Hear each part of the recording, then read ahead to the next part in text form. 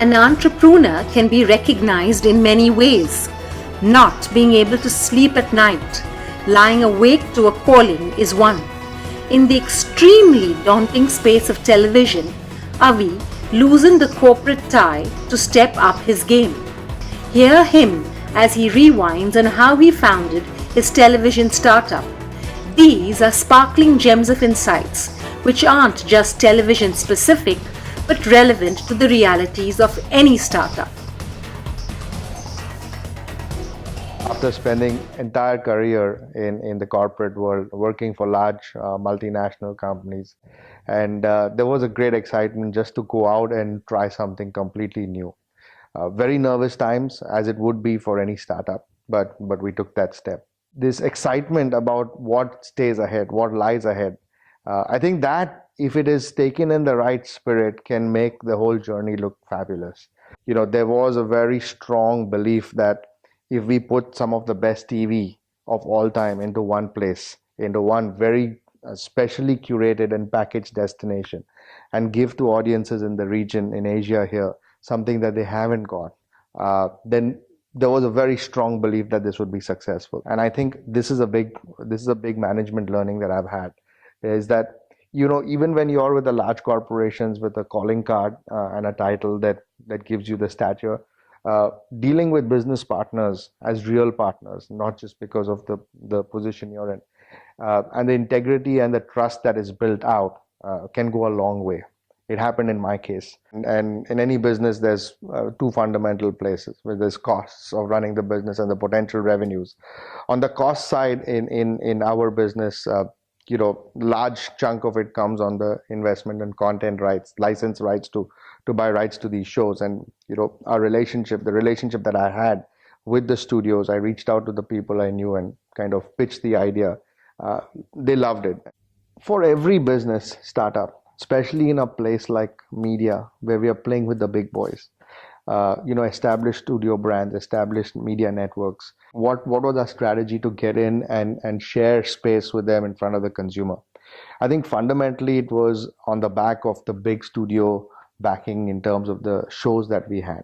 The lineup of shows was a hero offering. The great thing about us was there was nothing like us out there. Our company is called Rewind, but we are very forward thinking in terms of consumer habits. So even the rights that we bought out from the studios were catch up on multiple devices. Now, when we packaged it all together to the platform, said, we may be a newcomer, but we are coming with these rights. We are bringing in the linear TV channel rights of the best shows of all time, but we're not restricted to that. We give opportunity for your viewers, your subscribers to catch up on these shows if they miss it, either through a set-top box or watch it on any device. So we have an app called the Hits TV app that's on iOS and Android. So all of this put together was a very appealing product. I pitched to a bunch of investors, people I knew, people I didn't know, and finally we raised enough capital to get this going. That was the first big challenge.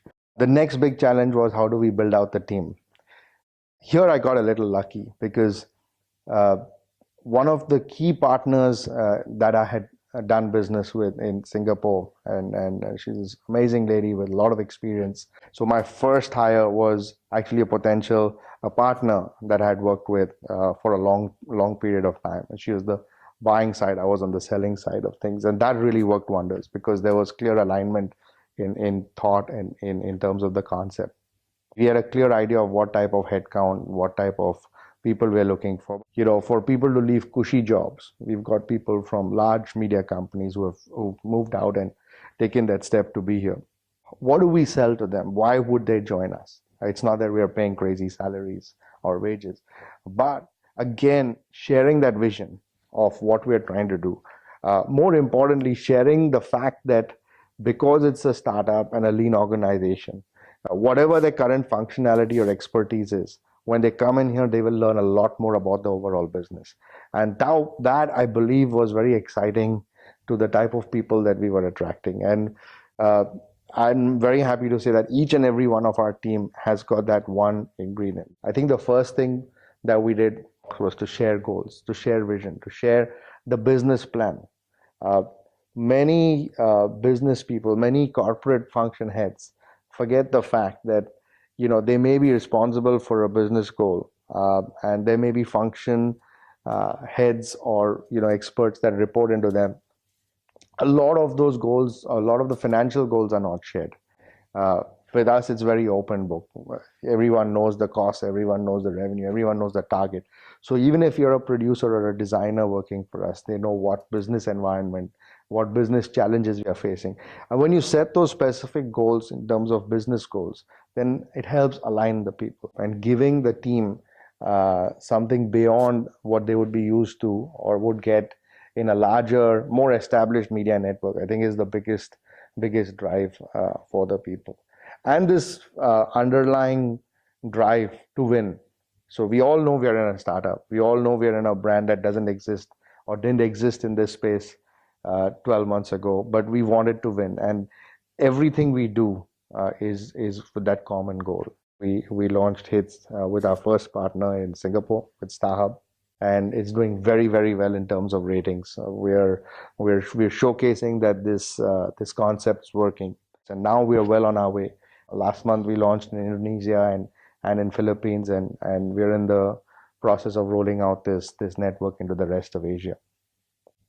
So we've reached this stage. We've gotten to 3 markets. We're doing very well in some of the measured markets in terms of ratings, and clearly we know that we have a pretty solid destination. What's next? I think for us, meeting our financial goals are really critical. Our milestones, there's still a lot to be done. Firstly, we need to be in all the territories that we bought the rights for. We're only in 3 out of 13 territories. So there is Hong Kong and Taiwan and Malaysia and Thailand and a whole lot of other markets that we need to get into. The good news is that we have a reference point on the three launches we already have. We have the proof of performance to showcase to these new partners. Where does this go? Obviously, there is an element of advertising sales that we will then look at. But again, over here, we're working with our partners where they go out and work with their local advertisers on bringing their ad campaigns onto the channel. It's a shared goal where if we grow, they grow.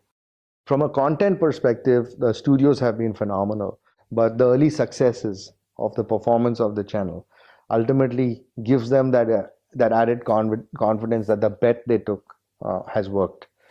For them as studios, as creators and distributors of content, there's nothing greater than finding new reasons to bring their stories and content in front of new audiences. So the transformation from corporate to startup, to raising capital, to reaching out to partners and building out the team and then delivering that promise to the team.